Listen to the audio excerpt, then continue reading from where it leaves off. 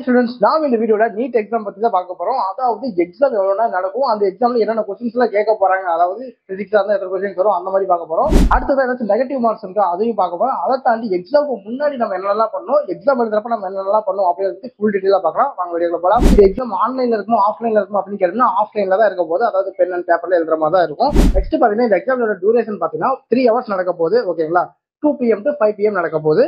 அடுத்தது பாத்தீங்கன்னா total questions எவ்வளவு கேட்பாங்க அப்படின்னு பார்த்தோம்னா ஒரு 180 கொஸ்டின்ஸ் கேட்பாங்க. டோட்டலா 180 கொஸ்டின்ஸ் நீங்க ஆன்சர் பண்ண போறீங்க.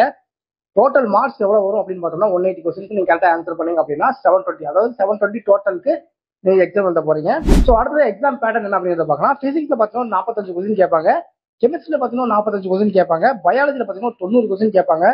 நீங்க கரெக்டா எழுதுற ஒவ்வொரு கொஸ்டினுமே பாத்தீங்கன்னா +4 மார்க், அதாவது ஒவ்வொரு கொஸ்டினுமே 4 மார்க் கொடுப்பாங்க. தப்பா எழுதுற ஒவ்வொரு கொஸ்டினுமே -1 மார்க்கா நெகட்டிவ் பாயிண்ட்ஸ் கிடைச்சிக்கிட்டே இருக்கும். ஸோ அடுத்தது எக்ஸாமுக்கு நம்ம என்னென்ன கொண்டு போகலாம் அப்படின்னு டவுட் இருக்கும். ஸோ எக்ஸாம் என்ன கொண்டு போகலாம் அப்படின்னு பார்த்தோம்னா அட்மிட் கார்டை நம்ம கண்டிப்பாக கொண்டு போகிறோம். அதை A4 சைஸ் சீட்ல நம்ம பிரிண்ட் எடுத்து கொண்டு போயிடுவோம். அடுத்ததாக பார்த்தீங்கன்னா ஐடி ப்ரூஃப், நம்மளோட ஆதார் கார்டை கண்டிப்பாக கொண்டு போயிடணும். அது மட்டும் இல்லாமல் எக்ஸ்ட்ரா ஒரு பாஸ்போர்ட் சைஸ் போட்டோ நீங்க எடுத்துட்டு போறோம். அந்த பாஸ்போர்ட் சைஸ் போட்டோ எதுவாக இருக்கணும் அப்படின்னு பார்த்தோம்னா நீங்க அப்ளிகேஷன்ல கொடுத்துருப்பீங்க பார்த்தீங்களா, அதே போட்டோ தான் நீங்க எடுத்துட்டு போகணும். அடுத்தது உங்களுக்கு தண்ணி ஏதாச்சும் கொண்டு போகணும் அப்படின்னா டிரான்ஸ்பரண்ட் வாட்டர் பாட்டில் மட்டும் தான் நீங்க வாட்டராகவே கொண்டு போகணும். ஸோ இதை தாண்டி எக்ஸாம் ஆன இதனால எடுத்துட்டு போகக்கூடாது அப்படின்னு பார்த்தோம்னா நீங்க மொபைல் போன் எடுத்துட்டு போகக்கூடாது, ஸ்மார்ட் வாட்சஸ் கட்டிட்டு போகக்கூடாது, கால்குலேட்டர்ஸ் எடுத்துட்டு போக கூடாது, எந்த ஒரு எலக்ட்ரானிக் கேஜெட்ஸும் நீங்க எடுத்துட்டு போகவே கூடாது. பேக்ஸா இருக்கட்டும், வேலட்ஸா இருக்கட்டும், ஃபுட் ஐட்டமா இருக்கட்டும், ஏதாச்சும் பேப்பரா இருக்கட்டும், அது மாதிரி எதுவுமே நீங்க எடுத்துட்டு போக கூடாது. ஓகேங்களா, சோ நீங்க ரொம்ப முக்கியமா பார்க்க வேண்டிய பாயிண்ட் என்ன அப்படின்னு பார்த்தீங்கன்னா அட்மிட் கார்டுல உங்களோட பாஸ்போர்ட் சைஸ் போட்டோவை நீங்க முன்னாடி ஒட்டி வச்சிடணும். அடுத்ததா பார்த்தீங்கன்னா உங்க லெஃப்ட் ஹேண்டோட தம் பிரிண்ட் நீங்க வச்சிருக்கணும்.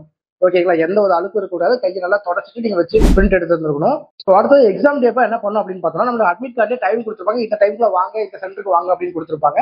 நீங்க அந்த டைம்ல வந்துடணும். கேட் க்ளோஸ் பண்றதுக்கு முன்னாடி அந்த சென்டருக்கு நீங்க போய் ஆகணும். ஸோ கேட்டை க்ளோஸ் பண்ணிட்டாங்க அப்படின்னா என்ட்ரி கிடையாது ஸ்டூடெண்ட்ஸ்க்கு. அடுத்ததா பாத்தீங்கன்னா ஸ்கூல் யூனிஃபார்ம் நீங்க வெயர் பண்ணிக்கலாம். ஓகேங்களா, ஸ்கூல் யூனிஃபார்ம் நீங்க கண்டிப்பா வெயர் பண்ணிக்கலாம். ஸோ அதே மாதிரி நீங்க ரஃப் ஒர்க்லாம் பண்ணணும் அப்படின்னு பார்த்தோம்னா டெஸ்ட் புக்லெட்ல தான் நீங்க வந்து ரஃப் ஒர்க்கே பண்ணணும். ஸோ நீங்க தனியாக ஒரு பேப்பர்லாம் எடுத்துட்டு போய் ரஃப் ஒர்க் பண்ணணும் அப்படின்னு எதுவுமே கிடையாது. ஸோ அடுத்தது பாத்தீங்கன்னா நீங்க ரெஸ்ட் ரூம்லாம் போகணும் அப்படின்னு நினைப்பீங்க பாத்தீங்களா, இந்த பிரேக் பாத்தீங்கன்னா ஃபர்ஸ்ட் 1 ஹவருக்கு உங்களுக்கு ரெஸ்ட் ரூம் போக முடியாது. அதே மாதிரி லாஸ்ட் ஹாஃப் ஹவருக்கு உங்களால ரெஸ்ட் ரூம் அந்த மாதிரிலாம் எதுவும் போக முடியாது. ஸோ இதுதான் பாத்தீங்கன்னா நீட்டோட டூஸ் அண்ட் டோன்ட்ஸ். அதாவது நீட் எக்ஸாமுக்கு முன்னாடி நம்ம என்ன பண்ணணும், நீட் எக்ஸாமுக்கு எழுதுறதுக்கு முன்னாடி என்ன பண்ணணும், எழுதுறப்ப என்ன பண்ணணும் அப்படிங்கிறது ஃபுல் டீட்டெயிலாக பார்த்துருப்போம். வேற ஏதாச்சும் டவுட் இருந்தால் கண்டிப்பாக ஸ்க்ரீன்ல நம்பரை கான்டாக்ட் பண்ணுங்க. தேங்க்யூ.